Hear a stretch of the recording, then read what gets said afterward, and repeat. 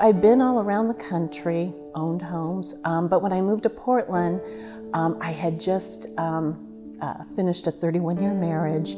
I was divorced, so I moved to an apartment, and my goal was, okay, within 5 years, I will get back into a house. And so I'd only been in my apartment a little less than 2 years, and I had this fixed goal that I had to wait till 5 years before I built up enough savings and everything so that I could actually go out and confidently look.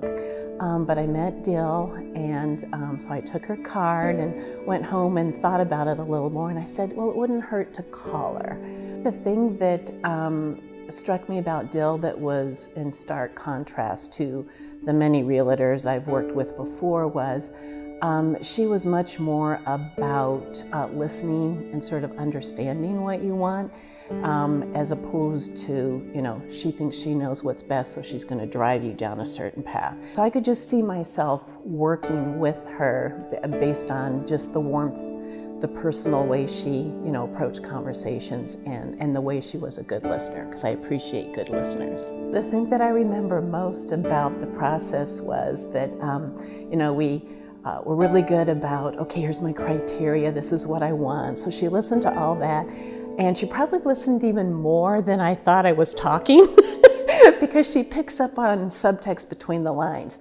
She knew that I did long hours of work. So she probably called out ahead of I did that I needed to be close to work, because what we did was 2 weekends in a row, she sort of said, if you want to see the entire Portland metro area, let's do it quadrant by quadrant. So Nicholas and I and her got in the car, and he chauffeured us around, and we were very efficient. And I know I was looking on the southeast side and getting excited about a house, and I just remember she went, Kate, I gotta say, I don't see you making the commute. This is gonna be a huge commute. You're already working, 14 hours a day, da-da-da-da-da. So I said, okay, so what are you telling me? She goes, I think we need to focus in NoPo, North Portland.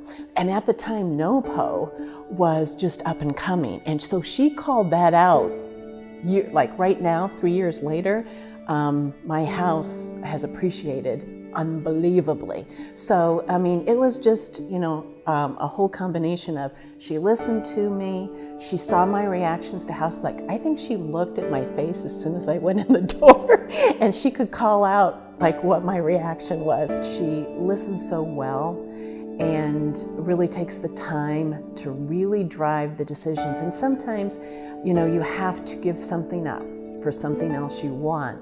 She knew that, I wanted things brand new. She knew that I wanted to be in a neighborhood that had relatively flat streets so I could do my biking type of thing. So, she was very good about prioritizing, helping me to prioritize and sticking to that. Because you can get distracted so easily about, the squirrel over here, the carrot over here in terms of houses, but she's really good about bringing you back to center. She's very sweetly honest. Like, she won't be too blunt. She'll just say, I just don't think this is working for you. And that's really important when you're making such a huge emotive plus financial decision in your life, because buying a house is just one of those, rare occasions like birth, death, divorce type stuff that hopefully you don't do it that often. And then when you do, you want to make sure that at the end you just know that you have the peaceful place that you envisioned. She knows the area, she knows her business. I know she eats, sleeps, and dreams of the business too. And then she's really well networked, because part of this aspect of buying a home is getting a lender. Nowadays, that's critical. And she hooked me up with Steph Noble, and between the two of them, I felt like I was just, the whole process was floating on a cloud. Dill's the type of real estate person that the actual signing and transaction is the smallest thing on her mind. She is completely relationship before and the sustained relationship after. And along the way, it's in the past 3 years, she does little things like she'll pop to the house and drop something off for like Valentine's Day and things like that, and keeps in touch with She has a great regular communication process with letters and things, so you always feel that you can reconnect, and you don't have to explain very much of where you're at in your life because she already knows. And here I am 3 years later asking to say, hey, should I sell my house, and here's my next dream level of real estate in my house. I can be doing the simplest thing still to this day. And I'll think of a comment she made. It's almost like she's always there, still with me, in the satisfaction and the joy that my home brings. It's a true friendship, and it's so nice to have somebody that you can always go to. It doesn't have to be a hard thing. It doesn't have to be, a pain in the neck. It can actually be a joyful process, because you will feel so good about it at the end.